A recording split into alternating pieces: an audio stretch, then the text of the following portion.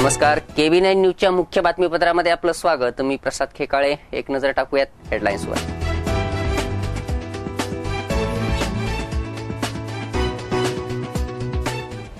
विधानसभेचं बिगुल वाजलं. शुक्रवारपासून आचारसंहिता लागू. 15 ऑक्टोबरला मतदान तर 19 ऑक्टोबरला मतमोजणी.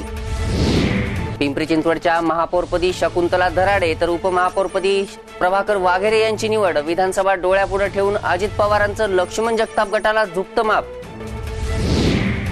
विधानसभा निवडणूक आचारसंहिता लागू झाल्यानं अनेक प्रकल्प रखडले. पुणेकरांना मेट्रो आणि मोनोरेलसाठी पुन्हा प्रतीक्षाच. नाशिक मनपाचा गड मनसेनं राखला. सत्तेसाठी नाशकात मनसेची काँग्रेस आणि राष्ट्रवादीची महाआघाडी. आणि राज्यभरात डेंग्यूची साथ. पुण्यात 3 मृत्यू. महापालिकेचा आरोग्य विभाग मात्र सुस्ताच. आता पाहूयात सविस्तर बातम्या. येत्या 36 दिवसांमध्ये महाराष्ट्रात नवं सरकार स्थापन होणार आहे. निवडणूक आयोगानं शुक्रवारी महाराष्ट्र आणि हरियाणा विधानसभेच्या निवडणुकांची घोषणा केली आहे. महाराष्ट्रात 15 ऑक्टोबर रोजी एकाच टप्प्यात मतदान होणार आहे. त्यामुळे शुक्रवारपासूनच राज्यात आचारसंहिता लागू झाली आहे. येत्या 20 सप्टेंबर रोजी विधानसभा निवडणुकीची अधिसूचना जारी होणार आहे. तर 27 सप्टेंबर ही उमेदवार अर्ज करण्याची अंतिम मुदत असेल. त्यानंतर 1 ऑक्टोबर रोजी अर्जांची छाननी होईल. त्यानंतर 15 ऑक्टोबर रोजी महाराष्ट्र आणि हरियाणात मतदान होणार आहे. संपूर्ण राज्यात एकाच टप्प्यात हे मतदान होईल. 19 ऑक्टोबर रोजी मतमोजणी पूर्ण होईल. त्यामुळे राज्यात पुढच्या 36 दिवसांमध्ये नवं सरकार अस्तित्वात येणार आहे. सोबतच दिवाळी आधीच महाराष्ट्रात नवं सरकार येणार असल्यानं महायुतीची दिवाळी गोड होते की आघाडीची हे 19 ऑक्टोबर रोजी स्पष्ट होणार आहे. जम्मू आणि काश्मीरमधली पूरग्रस्त परिस्थिती लक्षात घेता तिथल्या निवडणुका कधी घ्यायचा याचा विचार नंतर करण्यात येणार आहे. झारखंड आणि काश्मीरच्या निवडणुकांच्या तारखा नंतर जाहीर करण्यात येतील, असं निवडणूक आयुक्तांनी स्पष्ट केलं. महाराष्ट्रात 2004 आणि 2009 मध्येही विधानसभा निवडणुकीचं मतदान एकाच टप्प्यात झालं होतं. या दोन्ही निवडणुका 13 ऑक्टोबरला मतदान घेण्यात आलं होतं. 1999 मध्ये विधानसभा आणि लोकसभा निवडणुका एकाच वेळी झाल्यानं मतदान 2 टप्प्यात घेतलं होतं. निवडणूक आयोगानं 2009 मध्ये विधानसभा निवडणुकीची घोषणा 31 ऑगस्टला केली. मतदान 13 ऑक्टोबरला होऊन मतमोजणी 22 ऑक्टोबरला झाली होती.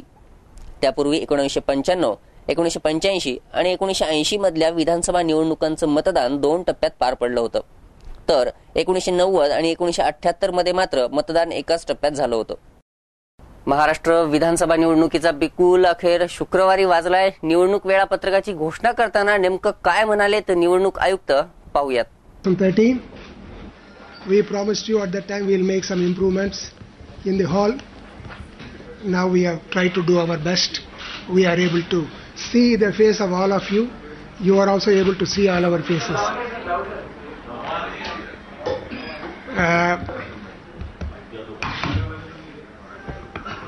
Yeah, so now it's okay now? Fine. You can hear from the back. आप सुन सकते हैं नहीं? You are able to hear it? Fine. Now we are here mainly with particular reference to 2 legislative assembly elections, Haryana and Maharashtra. The term of Haryana Assembly, it expires by the 27th October 2014. The term of Maharashtra Assembly expires by 8th November. Under law, the Election Commission is required to hold elections to constitute the new legislative assemblies before expiry of their present term. Just to give you an idea of the number of assembly constituencies. वळूयात पुढच्या बातमीकडे. पिंपरी चिंचवड महापालिकेच्या महापौरपदी राष्ट्रवादी काँग्रेसच्या ज्येष्ठ नगरसेविका शकुंतला धराडे यांची तर उपमहापौरपदी प्रभाकर वाघेरे यांची बिनविरोध निवड झाली आहे. पिंपरी चिंचवडचं महापौरपद अनुसूचित जमाती प्रवर्गासाठी राखीव आहे. पिंपरी चिंचवड महापालिकेतील महापौरपद अनुसूचित जमाती प्रवर्गाकरता राखीव आहे. उपमुख्यमंत्री अजित पवार यांच्या आदेशानुसार सत्तारूढ पक्षनेत्या मंगला कदम यांनी दोघांच्या उमेदवारीची घोषणा केली. त्यानुसार महापौर पदाकरता शकुंतला धराडे तर उपमहापौर पदासाठी प्रभाकर वाघेरे यांनीच उमेदवारी अर्ज भरला होता. शुक्रवारी महापौर आणि उपमहापौर निवडणूक प्रक्रिया पार पडली. त्यामध्ये धराडे यांची महापौर तर वाघेरे यांची उपमहापौर पदाकरता बिनविरोध निवड झाली आहे. विभागीय आयुक्त प्रतिनिधी कांतीलाल उमाप यांनी निवडणूक निर्णय अधिकारी म्हणून काम पाहिलं. महापौर पदासाठी धराडे यांच्याबरोबरच रामदास बोकड आणि आशा सुपे हे दोघेही इच्छुक होते. मात्र उपमुख्यमंत्री अजित पवार यांनी धराडे यांच्या नावावर शिक्कामोर्तब केलं. धराडे या आमदार लक्ष्मण जगताप यांच्या कट्टर समर्थक असल्यानं आगामी विधानसभा निवडणूक डोळ्यापुढे ठेवून अजित पवार यांनी जगताप यांच्याशी जुळवून घेण्याची भूमिका घेतल्याचं बोललं जात आहे. उपमहापौर पदासाठी राष्ट्रवादी काँग्रेसकडे बरीच गर्दी झाली होती. सुमारे 29 जणांनी उपमहापौर पदाकरता इच्छुक म्हणून अर्जही केले होते. यापैकी प्रभाकर वाघेरे यांची निवड झाली आहे. शकुंतला धराडे या पिंपरी चिंचवड महापालिकेच्या 23व्या महापौर झाल्यात. अनुसूचित जमाती प्रवर्गातून त्या पहिल्याच महापौर असणार आहेत. धराडे या महापालिकेच्या 6व्या महिला महापौर असतील. यापूर्वी अनिता फरांदे, मंगला कदम, वैशाली घोडेकर, अपर्णा डोके आणि विद्यमान महापौर मोहिनी लांडे यांच्यानंतर शकुंतला धराडे या 6व्या महिला महापौर आहेत.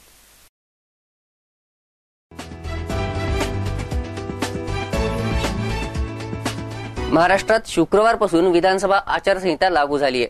त्यामुळे मेट्रो आणि मेनो रेल या प्रकल्पांना पुन्हा ब्रेक लागणार असल्याचं शुक्रवारी स्पष्ट झालंय.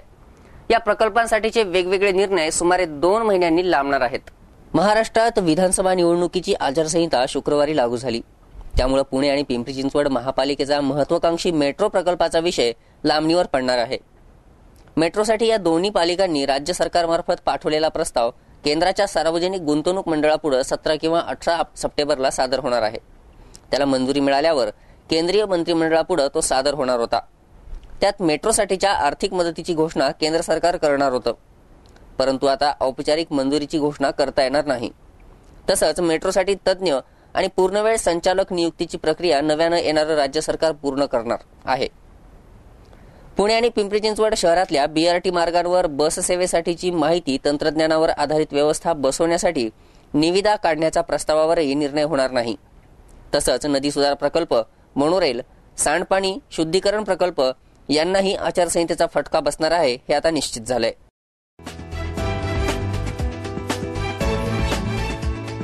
पिंपरी चिंचवड महापालिकेनं केशवनगर आणि पिंपळे सौदागर इथल्या माध्यमिक शाळेत 15 सप्टेंबर पासून प्रायोगिक तत्वावर योगासन वर्ग आयोजित केले आहेत.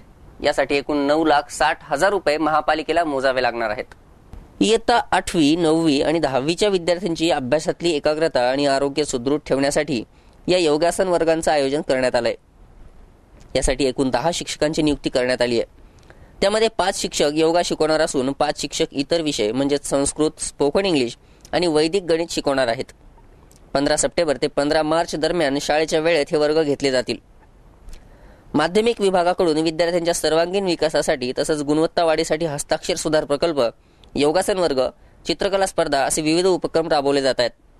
त्यातलाच एक भाग म्हणजे योगासन वर्ग आहेत. या वर्गासाठी खर्च जास्त असल्यानं सुरुवातीला प्रायोगिक तत्वावर हे वर्ग घेतले जाणार असल्याची माहिती प्रभारी शिक्षणाधिकारी उत्तरा कांबळे यांनी दिली आहे. दिवसेंदिवस उत्कंठा वाढवणाऱ्या नाशिकच्या महापौरपदी अखेर मनसेच्या अशोक मुर्तडक यांची निवड झाली आहे. विशेष म्हणजे भाजपनं पाठिंबा काढल्यानंतर मनसेनं सत्तेसाठी काँग्रेस आणि राष्ट्रवादीशी महाआघाडी करत नवी समीकरण तयार केलंय. तर उपमहापौरपदी अपक्ष नगरसेवक गुरमीत बग्गा यांची निवड झाली आहे. विधानसभा निवडणुकीच्या तोंडावर चुकीचा संदेश जाऊ नये यासाठी काही दिवसांपूर्वी मनसेनं भाजपची साथ सोडली होती. पहिल्या 2.5 वर्षात मनसेनं महापौर पद पटकावल्यानंतर दुसऱ्या 2.5 वर्षांकरता महापौर पद मिळण्याकरता भाजपच्या हालचाली सुरू होत्या. महापौर निवडीच्या घोडेबाजारात धूळ चारण्याच्या भाजपच्या धोरणांना मनसेनं धूळ चारली. विशेष म्हणजे काही दिवसांपूर्वी मनसेच्या 2 नगरसेवकांनी शिवसेनेत प्रवेश केला. यामुळे मनसेचं संख्याबळ केवळ 37 एवढं झालं. त्यामुळे मनसेच्या महापौर पदाचा मार्ग थोडासा उतारमाय झाला. अखेर 2 दिवसांपूर्वी काँग्रेस आणि राष्ट्रवादीच्या नेत्यांसोबत मनसेची मुंबईत बैठक झाली. यामध्ये अपक्षांना सोबत घेऊन नाशिकमध्ये महापौर पद पदरात पाडून घ्यायच्या राज ठाकरे यांच्या हालचाली यशस्वी झाल्या. शुक्रवारी नाशिक महापालिकेत महापौर पदाकरता निवडणूक झाली. यात काँग्रेस राष्ट्रवादीच्या मदतीनं महापौरपदी मनसेचे नगरसेवक अशोक मुर्तडक यांची निवड झाली. त्यांना 75 मते मिळाली तर त्यांच्या विरोधात उभ्या असलेल्या शिवसेनेच्या सुधाकर बडगुजर यांना 44 मतं मिळाली. शिवसेना, भाजप, महायुतीला सत्तेबाहेर ठेवण्याकरता काँग्रेस, राष्ट्रवादी आणि मनसे हे तिन्ही पक्ष एकत्र आले. मनसेच्या आणि काँग्रेसच्या प्रत्येकी 2 फुटीर नगरसेवकांनी शिवसेनेला मतदान केलं. या मतदानात माकपच्या 2 तर जनराज्य पक्षाच्या 1 असे 3 नगरसेवक तटस्थ होते. सत्तेच्या या नव्या नाशिक पॅटर्नमुळे विधानसभा निवडणुकीसाठीही नवे संकेत मिळाल्याचं मानलं जात आहे. शिवसेना भाजप यांच्या युतीला शह देण्याकरता मनसेला पाठिंबा दिला असल्याची प्रतिक्रिया राज्याचे बांधकाम आणि विकास मंत्री छगन भुजबळ यांनी दिली आहे. राज्यात डेंग्यूची साथ पसरतच चालली आहे. पुणे शहरात दर दिवशी 50 ते 60 डेंग्यूचे रुग्ण आढळत आहेत, तर मुंबईत 88 डेंग्यू सदृश्य रुग्ण आढळून आलेत. विशेष म्हणजे पुण्यात आतापर्यंत 3 रुग्णांचा डेंग्यूमुळे मृत्यू झालाय. विविध क्षेत्रात नाविन्यपूर्ण कार्य केल्याबद्दल पुण्याच्या नागरी संरक्षण दल आणि महाराष्ट्र शासनाच्या गृह खात्याकडून काहींचा सन्मान सोहळा नुकताच पार पडला. पाहूयात त्याची काही क्षणचित्र. आपत्कालीन परिस्थितीत विशेष काळजी नागरिकांनी घेतली पाहिजे असं आवाहन करत मेळावा 2014ला सुरुवात झाली. या मेळाव्यात NDRF, सामाजिक कार्य आणि पत्रकारितेत कार्य करणाऱ्या व्यक्तींचा गौरव करण्यात आला. माळींच्या झालेल्या दुर्घटनेनंतर अशी दुर्घटना झालीच तर सर्व नागरिकांनी सक्षम राहावं असं आवाहन सुद्धा यावेळी करण्यात आलंय. अशा घटनांच्या वेळी नागरिकांनी गोंधळून न जाता भान ठेवून कार्य करावं असंही सांगण्यात आलंय. या मेळाव्याचं आयोजन विभागीय क्षेत्ररक्षक दिलीप जाधव यांनी केलं, तर नागरी संरक्षण दल पुणे यांच्याकडूनही कार्यक्रमाचं आयोजन करण्यात आलं. या कार्यक्रमाला नागरी संरक्षण दलाचे उपनियंत्रक दिलीप कांबळे उपस्थित होते. सामाजिक कार्य करणाऱ्या महिलांचा आणि पत्रकारिता करणाऱ्या पत्रकारांचा सत्कार यावेळी करण्यात आला.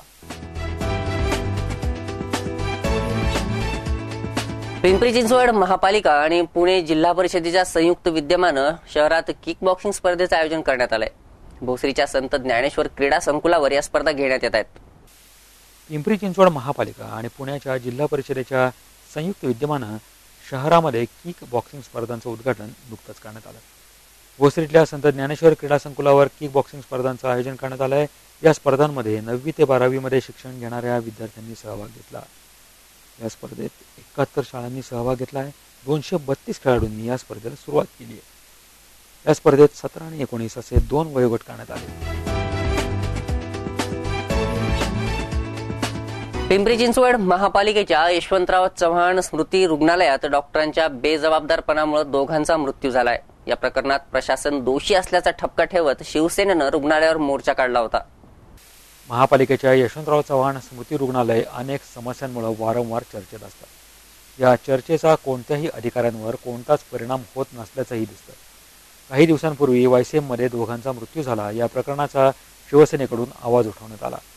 शुक्रवारी शिवसेनेच्या कार्यकर्त्यांनी YCM व्यवस्थापनाच्या विरोधात मोर्चाही काढला. वैद्यकीय अधिकारी डॉक्टर अनिल रॉय यांना एक निवेदन सुद्धा दिलंय. यापूर्वी 26 ऑगस्ट 2013ला डॉक्टरांची पदं वाढवण्याचा प्रस्ताव विधी समितीला दिला होता. अजूनही या रुग्णालयात डॉक्टरांची काही पदं रिक्त आहेत. 735 पदांची मागणी केली आहे. शिवाय 272 पदं मंजूर झाली आहेत. 750 बेडच्या या रुग्णालयात सध्या 350 ते 400 डॉक्टर्स लागतात. वैद्यकीय अधिकाऱ्यांचं दुर्लक्ष आणि डॉक्टरांची कमतरता यावर शिवसेनेच्या गटनेत्या सुलभा ओबाळे यांनी अनेक कार्यकर्त्यांच्यासह YCM व्यवस्थापनाच्या विरोधात निदर्शने केली आहेत. रुग्णालयातल्या समस्या सोडवण्याचं आश्वासन यावेळी रुग्णालय प्रशासनानं दिलं आहे. नगरपालिकेचं यशवंतराव चव्हाण रुग्णालय या ठिकाणी संपूर्ण जिल्ह्यातून रुग्ण येत असतात आणि या रुग्णांची हेळसांड होऊ नये अशी आमच्या सगळ्यांची इच्छा आहे. काल विजय कुंभार नावाचा एक रुग्ण ज्याला रक्ताच्या उलट्या झाल्या आणि फक्त डॉक्टर त्या ठिकाणी उपलब्ध नसल्यामुळे त्याचा मृत्यू झालेला आहे. अजून एक खडकीचा एरेल्लू नावाचा एक रुग्ण आहे, त्या ठिकाणी डॉक्टर न आल्यामुळे तो सुद्धा काल दगावलेला आहे. म्हणजे अशा प्रकारचं निष्काळजी काम या रुग्णालयात सुरू झालेलं आहे. महानगरपालिकेमध्ये राष्ट्रवादी काँग्रेसची सत्ता आहे आणि तिथे विधी समितीमध्ये गेले 8 महिने डॉक्टर भरतीचा आणि नर्सेस भरतीचा, टेक्निशियन भरतीचा प्रस्ताव हा प्रलंबित आहे. म्हणजे रुग्णांच्या जीवाशी खेळणारा जो डॉक्टर हा वर्ग आहे तो प्रस्ताव त्यांनी त्या ठिकाणी प्रलंबित ठेवलेला आहे. हा जर प्रस्ताव जर पूर्ण झाला असता, मंजूर झाला असता तर निश्चितपणे या ठिकाणी डॉक्टरांची संख्या पुरेशी मिळालेली असती. म्हणजे या राष्ट्रवादी काँग्रेसच्या लोकांना या ठिकाणी भ्रष्टाचार करण्यामध्ये रस आहे, परंतु डॉक्टरांची जी या ठिकाणी हेळसांड होते, डॉक्टरची संख्या आम्हाला मिळत नाहीये, त्याच्याकडे कोणाचंही लक्ष नाहीये, या गोष्टीचा निषेध आम्ही या ठिकाणी व्यक्त करतो. आणि आताच डॉक्टरांनी सांगितले की ते काही करू शकत नाहीयेत, कारण हे कर्मचारी आहे, ते महानगरपालिकेत पगारावरती कामाला आहेत, त्यांच्या हातामध्ये काही नाहीये. आज आम्ही बघितलं 3-3, 4-4 दिवस एका पेशंटकडे लक्ष द्यायला डॉक्टर नाही. कॉन्ट्रॅक्ट मधले डॉक्टर घेतलेत, ते डॉक्टर त्यांना मनात आले की ते निघून जातात. ते कुणालाही मान सन्मानाने बोलत नाहीये. गोरगरीब जनताच फक्त महानगरपालिकेच्या रुग्णालयामध्ये येत असते आणि त्या जनतेला या ठिकाणी येऊन मरावं लागतंय. हे दुर्दैव आहे. या गोष्टीचा निषेध म्हणून आम्ही आज आलोय. शिवसेना स्टाईलने आंदोलन केलेलं आहे. याच्यात जर सुधारणा झाली नाही तर या राष्ट्रवादी काँग्रेसच्या या नेत्यांना आम्ही या ठिकाणी मारल्याशिवाय राहणार नाही. जी डॉक्टरांची अधिकाऱ्यांची लापरवाही आहे किंवा डॉक्टरांची कमी असल्यामुळे शिनीने आज मोर्चा केलेला आहे, आपलं त्यावर काय म्हणणं? नाही, वायसीएमचा दिवसेंदिवस वायसीएमचा पेशंटचा लोड हा खूपच वाढलेला आहे इथं आणि आमच्याकडे जे शासनाची पदं मंजूर आहेत ती अतिशय कमी आहेत. यावर उपाय म्हणून आम्ही गव्हर्नमेंटकडून बंधपत्रित म्हणजे बॉन्डेड डॉक्टर्स घेतो. नंतर हाऊसमन आणि रजिस्ट्रारची जवळजवळ 100 पदं आम्ही तयार केलेली आहेत. त्याचे पण आम्ही दर सोमवारी वॉक इन इंटरव्ह्यू पद्धतीने आम्ही त्यांना दर सोमवारी त्यांना घेत असतो. पण ती पदंसुद्धा भरली जात नाही आहेत. कारण म्हणजे बाहेर मिळणारं इन्कम किंवा बाहेर खाजगीमध्ये मिळणारा पगार आणि आपल्या शासनाने देय केलेला पगार यामध्ये आता प्रचंड तफावत दिवसेंदिवस होत चाललेली आहे. त्यामुळे काही ब्रांचेस एस्पेशली रेडिओलॉजी, ऑर्थोपेडिक्स या ब्रांचेसला बिलकुल डॉक्टर्स मिळत नाहीत. त्यामुळे डॉक्टरांचा तुटवडा अतिशय जाणवतो आहे. तसंच वायसीएमवर येणारा ताण हा नुसताच पिंपरी महानगरपालिकेतील हद्दीतील लोकांचा नसून तो पूर्ण महाराष्ट्र, पुणे जिल्हा, महाराष्ट्र किंबहुना पूर्ण भारतामधनं पेशंट इकडे येतात. तर नंतर त्याचप्रमाणे आता मध्यंतरी मगाशी विषय झाला त्याप्रमाणे सर्पदंशाची लस ही सुद्धा आम्हाला शासनाकडनं मिळत नाही. मिळाली तरी अतिशय कमी प्रमाणात मिळते. हाफकिन इन्स्टिट्यूट ती अतिशय कमी प्रमाणात पुरवली जाते ती सगळ्यांना. त्यामुळे त्याचा तुटवडा आम्हाला जाणवतो आहे. यावर आमचे सब उपाय चालू आहेत सगळे. आमचे जास्तीत जास्त आम्ही डॉक्टर्स भरण्याचा प्रयत्न करतो आहे. आमचे विषय विधी समिती आणि शासन दरबारी प्रलंबित आहेत. त्याचा आम्ही पाठपुरावा करून आम्ही जास्तीत जास्त लवकरात लवकर. बघा सर, आपलं कुठे ना कुठे हे म्हणणं आहे की अधिकाऱ्यांना म्हणजे जे डॉक्टरांना पेमेंट कमी आहे आणि पगार कमी असल्यामुळे ते बाहेर येत नाही. वारंवार आपल्याकडून ॲडव्हर्टाईज विज्ञापन सुरू आहे. मग असं का नाही होत की आपण त्या अधिकाऱ्यांमध्ये, त्या डॉक्टरांमध्ये वेतन त्यांचं वाढवून जर का त्यांना यावर ठेवलं? वेतन वाढवणं आपल्या हातामध्ये नाही. आपण आपल्याला जे गव्हर्नमेंटचे MCSR रूल आहेत त्याप्रमाणे आपण त्यांना शासन तर निश्चित केलेलं आहे आणि याच्यावरती आपण त्यांना एक पैसाही देऊ शकत नाही. फार तर आपण मानधनावरची पदं आपण घेतो. मानधनावरचं वेतन निश्चित करणं आपल्या हातामध्ये आहे आणि ते सुद्धा आम्ही बाहेरपेक्षा जास्त देत आहोत.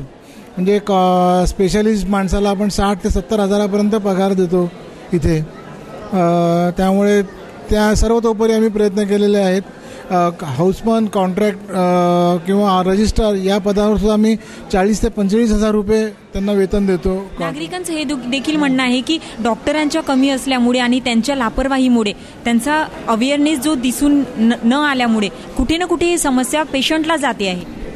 मान्य आहे तुमचं म्हणणं. लापरवाही जेव्हा एका प्रमाणाबाहेर पेशंट्स आल्यानंतर थोडी लापरवाही होते आणि त्याची जबाबदारी आम्ही. सर, 750 बेडचं आपलं हॉस्पिटल आहे आणि 750 एवढे पेशंट्स येतात आपल्याकडे, परंतु त्या पेशंट्सला सुद्धा पण कुठे ना कुठे जे मनामध्ये असायला हवं की या डॉक्टरकडून हे होते आहे तशी सांत्वना नाही मिळते. मग ते आक्रोश तुमच्यावर नक्कीच काढतील.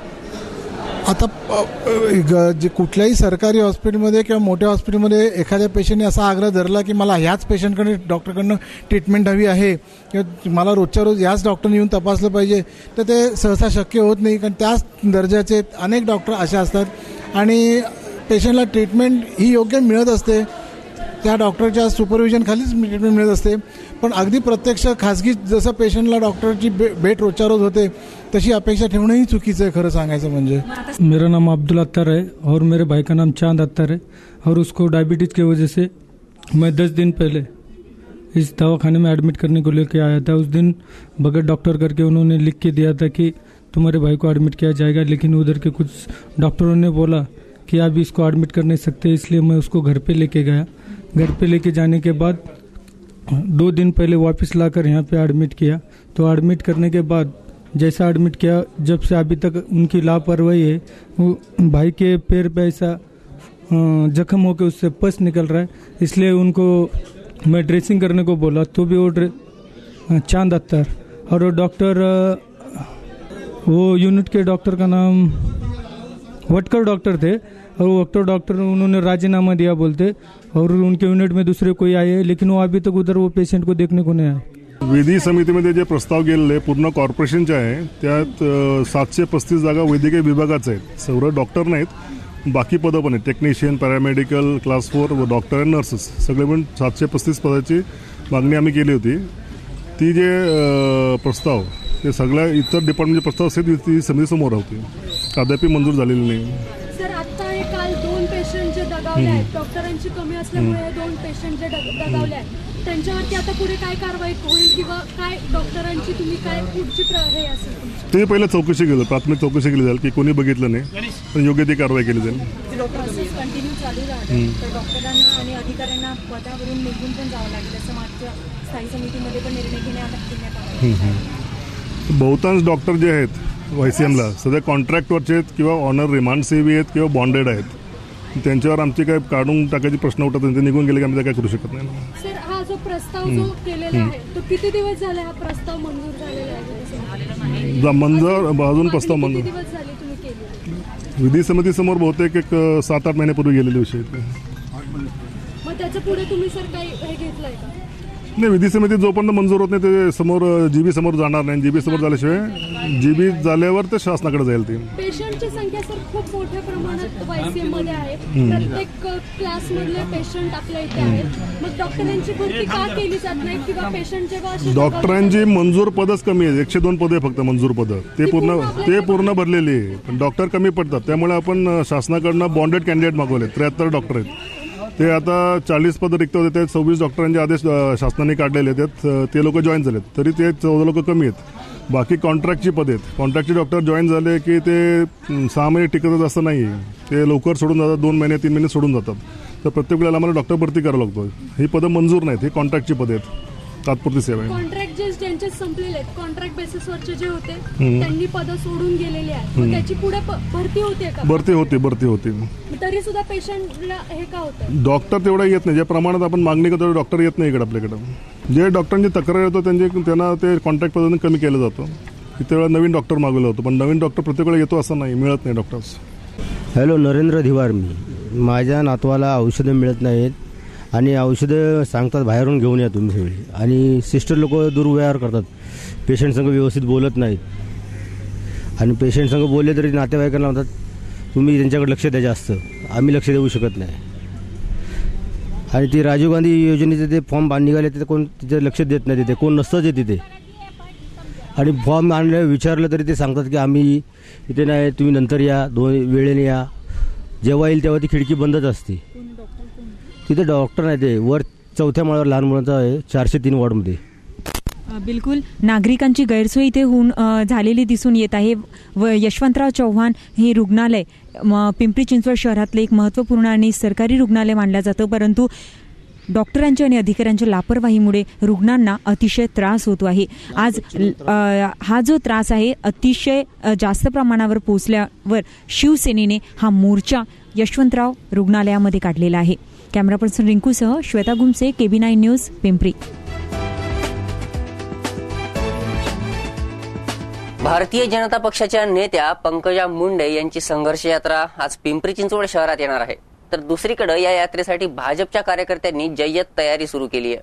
आज सायंकाळी 7 वाजता पंकजा मुंडे ह्या निगडीतल्या भक्तिशक्ती चौक इथं भव्य स्वागत करण्यात येणार आहे.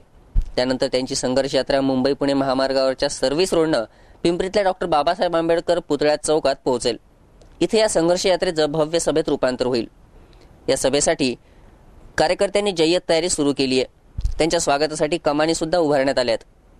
दिवंगत लोकनेते गोपीनाथ मुंडे यांचं स्वप्न साकार करण्यासाठी पंकजा मुंडे ही यात्रा काढत आहेत. तसंच पिंपरी चिंचवड शहरातल्या नागरिकांना भेडसावणाऱ्या स्थानिक प्रश्नांना त्या वाचा फोडणार आहेत. यात प्रामुख्यानं अनधिकृत बांधकामं, शास्तीकर, प्राधिकरणात शेतकऱ्यांना देण्यात येणारा 12.5% परतावा, रेड झोनची हद्द, कामगारांनी महिलांना भेडसावणारे प्रश्न, स्वस्त घरकुल प्रश्न या प्रश्नांवर पंकजा मुंडे भाष्य करतील. यानंतर सभा आटोपून रात्री 10 वाजताच्या सुमारास त्या पुण्याकडे रवाना होणार आहेत. संपूर्ण महाराष्ट्रात फिरून नागरिकांमध्ये जनजागृती करावी असा स्वप्न गोपीनाथ मुंडे यांनी बघितलं होतं. मात्र हे स्वप्न आता पूर्ण करण्यासाठी पंकजा मुंडे यांनी ध्यास धरला आहे. संघर्ष यात्रा ही संपूर्ण महाराष्ट्रात चाललेली आहे. याचाच दुसरा टप्पा आता पिंपरी चिंचवड शहरात होणार आहे. तळेगाव आणि पिंपरी या 2 ठिकाणी पंकजा मुंडे यांच्या संघर्ष यात्रेच्या सभा होणार आहेत. आपण बघू शकता कार्यकर्त्यांमध्ये एक मोठा जल्लोष दिसून येतोय. कार्यकर्त्यांमध्ये काय, त्याचबरोबर भाजप आणि शिवसेना, त्याचबरोबर महायुतीचे जे घटक पक्ष आहेत हे या सभेला उपस्थित राहणार मोठ्या प्रमाणात उपस्थित राहणार असं मीना सोनोलकर ज्या भाजपचे सचिव आहेत यांनी सुद्धा सांगितलंय. त्याचबरोबर आपण बघू शकतो आतापासून जोरदार तयारी सुरू झालेली या सभेची. या सभेसाठी स्टेज बांधण्यात आलेले आहे, त्याचबरोबर इथं मंडप टाकण्यात आलेला आहे. त्याचबरोबर जी मोठ्या जल्लोषामध्ये तयारी इथं नागरिकांनी सुरू केली आहे, त्याचबरोबर कार्यकर्त्यांनी सुरू केलेली आहे. तर या ज्या पंकजा मुंडेची ही जी सभा होणार आहे या सभेत स्थानिक प्रश्न जे पिंपरी चिंचवड शहराचे आहेत हे स्थानिक प्रश्न सोडवले जातील का यावर नागरिकांचं लक्ष टिकून आहे. कॅमेरा पर्सन अनिश शेख सोबत मी मोहन दुबे, KB9 न्यूज पिंपरी. महाराष्ट्र शासन आणि पुणे फिल्म फाउंडेशन यांच्या संयुक्त विद्यमानं 13व्या पुणे आंतरराष्ट्रीय चित्रपट महोत्सवाचं आयोजन करण्यात आलंय. या निमित्ताची लघुपट स्पर्धा आयोजित करण्यात आली आहे. यंदाचा हा महोत्सव 8 ते 15 जानेवारी 2015 दरम्यान पुण्यात होणार आहे. महाराष्ट्रात विधानसभा निवडणुकीची जय्यत तयारी सध्या सुरू झाली आहे. प्रत्येक टप्प्यावर निवडणुकीच्या हालचालींवर लक्ष ठेवण्यासाठी डेव्हलपर अमित कुलकर्णी यांनी एक महाराष्ट्र इलेक्शन टूर हे अनोखं ॲप तयार केलंय. पाहुयात काय आहे हे ॲप. आजपासून आचारसंहिता लागू झाली आहे. यासाठी निवडणुकीची परिपूर्ण माहिती घेण्याची सर्वसामान्यांपासून प्रत्येकाला इच्छा असते. उमेदवार कोण, त्याची वैयक्तिक माहिती, निवडणूक प्रक्रियेतल्या प्रत्येक हालचालींची माहिती देण्याकरता महाराष्ट्र इलेक्शन ॲप या नावाचं एक ॲप डेव्हलपर अमित कुलकर्णी यांनी तयार केलं आहे. मराठी आणि इंग्रजी या 2 भाषेत हे ॲप प्रत्येकाला हाताळता येईल. या ॲपमुळं प्रत्येक उमेदवाराची मालमत्ता, त्याची होणारी चर्चा, त्यांचं काम, प्रत्येक बाबींची माहिती सामान्यांना मिळणार आहे. मोबाईल, लॅपटॉपवर सुद्धा या ॲपचा वापर आपण करू शकतो. यामुळे प्रत्येकाच्या खिशात ही माहिती असणार आहे. या ॲपला लॉग इन करण्याची गरज नाही. निवडणुकीच्या बातम्या आणि प्रत्येक न्यूज चॅनल यात लाईव्ह पाहता येणार आहे. यात एक अनोखं फंक्शन म्हणजे मॅजिक सर्च. या फंक्शनमुळं प्रत्येक ठिकाण, नाव, स्वभावानुसार उमेदवाराची माहिती मिळण्याची सोय आहे. यात प्रत्येक क्षणी अपडेशन होणार आहे. यामध्ये नागरिकांचाही सहभाग असावा म्हणून मतदारसंघात निवडणुकीच्या चर्चेकरताही त्यांना सहभागी होता येईल. प्रत्येक उमेदवाराबाबत नागरिक बातचीत करू शकतात. यामुळे सर्वसमावेशक असलेलं हे ॲप नागरिकांना नक्कीच उपयोगी पडेल असंच आहे. सध्या इलेक्शनची चर्चा रंगते आहे. प्रत्येकाला याची इत्तंभूत माहिती घ्यायची असते. याचसाठी एक ॲप्लिकेशन तयार करण्यात आलेलं आहे. आपल्याबरोबर आता आहेत अमित कुलकर्णी, ज्यांनी हे इलेक्शन टूर नावाचं ॲप तयार केलेलं आहे. चला तर आपण त्यांच्याशीच बातचीत करूया की हे ॲप त्यांनी नक्की तयार कसं केलं. नमस्कार, KB9च्या वतीने आपलं स्वागत. तुम्ही हे जे इलेक्शन टूर नावाचं ॲप तयार केलं त्या संदर्भात मला थोडी माहिती द्या. जी, महाराष्ट्र इलेक्शन टूर हे जे ॲप आहे तर या ॲपच्या माध्यमातून पूर्ण महाराष्ट्राचं जे इलेक्शन आहे त्याचं पूर्ण कव्हरेज सर्व नागरिकांच्या पॉकेटमध्ये प्लस त्यांच्या भाषेमध्ये देण्याचा आमचा ह्याच्यामध्ये प्रयत्न आहे. या ॲप्लिकेशनमध्ये सगळ्या उमेदवारांची इत्थंभूत माहिती, त्यांची राजकीय कारकीर्द, त्यांची शैक्षणिक कारकीर्द, त्याबरोबरच प्रत्येक मतदारसंघ, त्या मतदारसंघामध्ये कोण उभा आहे, सध्याचे कॅन्डिडेट कोण आहेत तिथे यांची इत्थंभूत माहिती, त्याबरोबरच सर्व न्यूज चॅनल्स आहेत, सर्व न्यूज सोर्सेस आहेत, त्यांची माहिती इथे एकत्रित करण्याचा आम्ही प्रयत्न केला आहे. म्हणजे एकंदरीत पूर्ण महाराष्ट्राचे जे कव्हरेज आहे ते तुमच्या पॉकेटमध्ये राहील. सगळी माहिती तुमच्या पॉकेटमध्ये राहील. आणि ॲप्लिकेशनची विशेष वैशिष्ट्य अशी आहेत की या ॲप्लिकेशनमध्ये तुम्हाला लॉग इन करायची गरज नाही आहे. प्लस तुम्हाला काही कुठलं पेज लाईक करण्याची आवश्यकता नाही आहे. तुम्हाला न लॉग इन करतासुद्धा सगळे अपडेट्स याच्यामध्ये बघता येतील, प्रत्येक कॅन्डिडेटचे, प्रत्येक मतदारसंघाचे. आणि यासोबतच याच्यामध्ये इनोव्हेटिव्ह फीचर असं आहे की याच्यामध्ये मॅजिक सर्च नावाची आम्ही फंक्शनॅलिटी यात ॲड केलेली आहे. या फंक्शनॅलिटीनुसार तुम्ही एज्युकेशन वाईज सुद्धा कॅन्डिडेट सर्च करू शकता. म्हणजे समजा तुम्हाला 10वी पास कॅन्डिडेट बघायचे असतील तर तुम्ही तिथं 10 टाकले तर 10वी पासचे कॅन्डिडेट दिसतील. समजा तुमच्या मनात आलं की तुम्हाला सगळे दादा कॅन्डिडेट बघायचे असतील तर तुम्ही जस्ट सर्च करा दादा म्हणून, तुम्हाला सगळे दादा कॅन्डिडेट दिसतील. किंवा तुम्हाला पर्टिक्युलर रिलिजनचे कॅन्डिडेट बघत असतील किंवा काही जणांना मतदारसंघ माहीत नसतो तर असे लोक त्या ठिकाणी सरळ त्यांच्या सिटीचं नाव टाकलं की समजा आता मी पुण्यामध्ये आहे, पुण्यामध्ये किती मतदारसंघ आहे त्याची मला ॲक्च्युअली जास्त आयडिया नाही आहे, तर मी फक्त तिथे पुणे जरी टाकलं तर पुण्यामध्ये जे सर्व मतदारसंघ आहेत त्याची इत्थंभूत माहिती तिथे अवेलेबल होते. तर अशा पद्धतीने हे ॲप बनवलेलं आहे आणि हे ॲप्लिकेशन आहे सगळ्या प्लॅटफॉर्म अवेलेबल आहे. तुम्ही वेबसाईट असेल वेबसाईटवर बघू शकता, तुम्ही अँड्रॉइड ॲप डाउनलोड करू शकता. जर तुम्हाला फेसबुक ॲप म्हणून वापरत असेल तर तुम्ही फेसबुक ॲप म्हणून सुद्धा वापरू शकता. अतिशय इनोव्हेटिव्ह UI आणि पूर्ण माहिती याच्यामध्ये कंटिन्युअसली अपडेटिंग आहे. हे नक्की तुम्हाला सुचलं कसं आणि तुम्ही याच्यामध्ये वेगळेपण आणण्याचा कसा प्रयत्न केला? इलेक्शन टूर हा जो कन्सेप्ट आहे हा पहिल्यांदा आम्ही लोकसभा जी निवडणूक आत्ता मेमध्ये झाली तर यावेळी आम्ही इंट्रोड्यूस केला होता. त्याचं पहिलं व्हर्जन आम्ही लॉन्च केलं होतं. त्या ॲप्लिकेशनला भयंकर प्रतिसाद मिळाला. त्याच्यानंतर आम्ही त्या ॲप्लिकेशनला अजून सहज सोपं कसं करता येईल आणि ॲक्च्युली जे आम्ही पहिलं ॲप्लिकेशन बनवलं होतं ते जे मोस्टली मोबाईल युजर्स होते त्यांना यूज करण्यासाठी थोडंसं त्यात प्रॉब्लेम येत होता. तर त्याच्यानंतर आम्ही आत्ताचे ॲप्लिकेशन पूर्ण रिसर्च करून डेव्हलप केलं आहे. यासाठी आम्ही जवळपास जगभरातले इलेक्शन कॅम्पेनिंगसाठी कुठले सॉफ्टवेअर यूज होतात, पब्लिसिटी PR रिलेशनसाठी कुठले सॉफ्टवेअर यूज होतात याचं इत्यंभूत माहिती करून असं हे ॲप्लिकेशन जे की इवन दो म्हणजे भारताच्या इतिहासामध्ये तरी असं पहिल्यांदाच असं ॲप्लिकेशन आहे की जे अशा पद्धतीनं पूर्ण इलेक्शन जे आहे ते अनबायस पद्धतीने कव्हर करेल की याच्यामध्ये आम्ही कुणाला प्रमोट करत नाही आहेत किंवा इनडायरेक्टली कुणाला फेवर करत नाहीत. जी काही स्टॅटिस्टिकल माहिती असेल ती आम्ही यातून देण्याचा प्रयत्न करतोय. याच्यामध्ये तुम्ही लोकांचा सहभाग कसा घेतलेला आहे? म्हणजे हे असे अनेक ॲप असतात पण तरी लोक त्याच्यामध्ये कशी इन्क्लूड होऊ शकतात किंवा त्यांचा सहभाग कसा आहे? सहभाग असा आहे की तुम्ही याच्यामध्ये विदाऊट लॉगिन आणि विदाऊट लॅगिंग सगळे कॅन्डिडेट बघू शकता. त्याबरोबरच प्रत्येक उमेदवाराचा तुम्ही अभिप्राय देऊ शकता किंवा प्रत्येक उमेदवाराविषयी तुम्ही त्याच्या प्रोफाईलवर तुम्ही चर्चा करू शकता. म्हणजे इतर लोकांना पण कळेल किंवा इतर लोकांसोबत तुम्ही कम्युनिकेट करून कोलॅबरेट होऊन ना की फक्त उमेदवाराचीच फक्त आता काही मतदारसंघ असेल तर मतदारसंघ ओपन केल्यानंतर तर मतदारसंघामध्ये सुद्धा तुम्ही ते डिस्कशन्स करू शकता. त्याबरोबरच याच्यामध्ये आम्ही जे पॉप्युलर ब्लॉग्स आहेत, ब्लॉग म्हणजे की जे बरेचसे लोक असतात ते त्यांची वेबसाईट चालवतात, त्या वेबसाईटसुद्धा ते इंटिग्रेट केलं आहे की जेणेकरून सर्व लोकांना इथे कनेक्ट राहता येईल, त्यांना डिस्कस करता येईल, प्रत्येक उमेदवाराविषयी इत्यंभूतपणे चर्चा करता येईल. ही पण सुविधा मी तिथे अवेलेबल करून दिली आहे. याच्यामध्ये तुम्ही सर्वसमावेशक किंवा प्रत्येकाची माहिती कशी घेतलीत आणि त्याचा तुम्ही जास्तीत जास्त काय म्हणतात त्याला अधिक माहिती घेण्याचा कसा प्रयत्न केलेला आहे? याच्या माहितीसाठी आम्ही बऱ्याच इलेक्शन कमिशनची वेबसाईट आहे त्या वेबसाईटचा आम्ही रेफरन्स घेतला. त्याबरोबरच जे आता सध्या आता इलेक्शन आता येणार आहे की आता ऑक्टोबरमध्ये इलेक्शन होणार आहे, अजून उमेदवार डिक्लेअर झालेले नाही आहेत बऱ्याच कॅन्डिडेट्सचे, पण एक आयडिया आहे की जे पूर्वी म्हणजे सध्याचे करंट MLA आहेत ते उभा राहणार आहेत, त्याबरोबर त्यांचे त्यावेळेचे प्रतिस्पर्धी आणि सध्या करंट न्यूजमध्ये आहेत अशा लोकांची आम्ही त्यांच्या वेबसाईटवरून त्यांच्या फेसबुक पेजेसवरून अशी जिथून मिळेल तिथून स्टॅटिस्टिकल माहिती घेण्याचा प्रयत्न केला आहे आणि सगळी माहिती एका ठिकाणी उपलब्ध करून आम्ही दिली आहे. त्यासाठी आमची डेडिकेटेड टीम आहे जी की याच्यावर कंटिन्युअसली जसं डेटा मिळेल तसं सिस्टीममध्ये अपडेट करत राहते. तुम्ही हे तर एक सोशल कॉज सारखं केलेलं आहे, पण याचं नक्की बेनिफिट कसं आहे तुम्हाला? ह्याचा बेनिफिट जर बघायला गेलं तर म्हणजे आता प्रत्येक गोष्ट करताना किंवा काही गोष्टी करताना तर असं दरवेळी आपण म्हणजे असं बघू शकत नाही की याच्यातून काही फायदा होईल का नाही, की काही गोष्टी अशा असतात की त्यातून फायदा जरी झाला नाही पण झाला नाही किंवा होणार जर नसेल तर त्या कराव्या लागतात. अशा पद्धतीनं आहेत की यामध्ये लोकांना माहिती मिळाली, लोकांना त्यांचा उमेदवार ठरवता आला, त्यांच्या मतदारसंघाची परिस्थिती बघता आली आणि त्यांना एक व्यासपीठ मिळालं की एकच ॲप्लिकेशन आहे तिथे सगळ्या गोष्टी कनेक्टेड आहेत. की तुम्हाला न्यूज चॅनल असेल तर न्यूज चॅनल कनेक्टेड आहे, तुम्हाला चर्चा करायची तुम्ही चर्चा करू शकता, तुम्हाला प्रतिस्पर्धी बघायचे प्रतिस्पर्धी बघू शकता.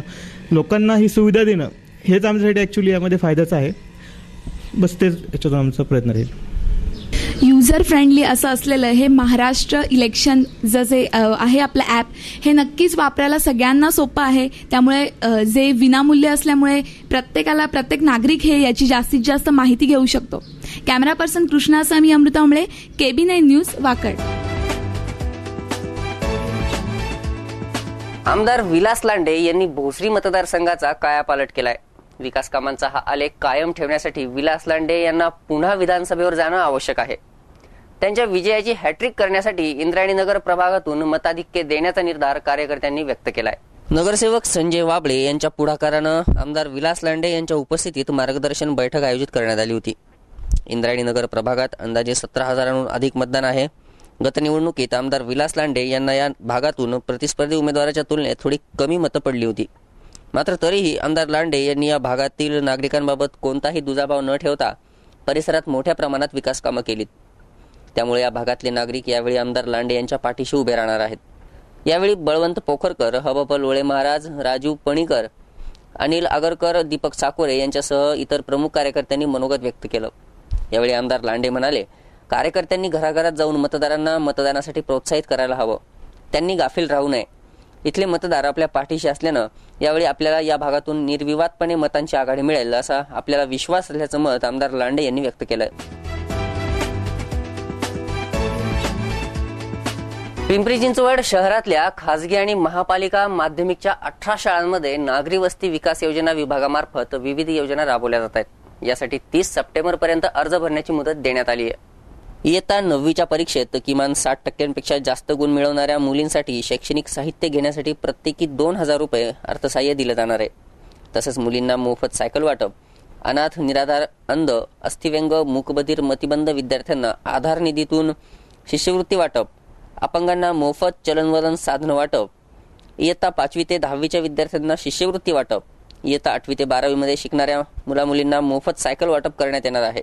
या योजनांचा लाभ घेण्यासाठी महापालिकेच्या अ, ब, क, ड, ई आणि फ या प्रभागांमध्ये मनपाच्या अधिकृत नागरी सुविधा केंद्रात योजनांचे फॉर्म उपलब्ध करण्यात आलेत. योजनांचा लाभ घेण्यासाठी मुख्याध्यापकांनी शालेय स्तरावर नियोजन करावं असं आवाहन माध्यमिक विभागाच्या प्रभारी शिक्षणाधिकारी उत्तरा कांबळे यांनी केलंय. याबरोबरच हे बातमीपत्र संपलं. पुन्हा भेटू ताज्या घडामोडींसह. तोपर्यंत पाहत राहा KB9 न्यूज. नमस्कार.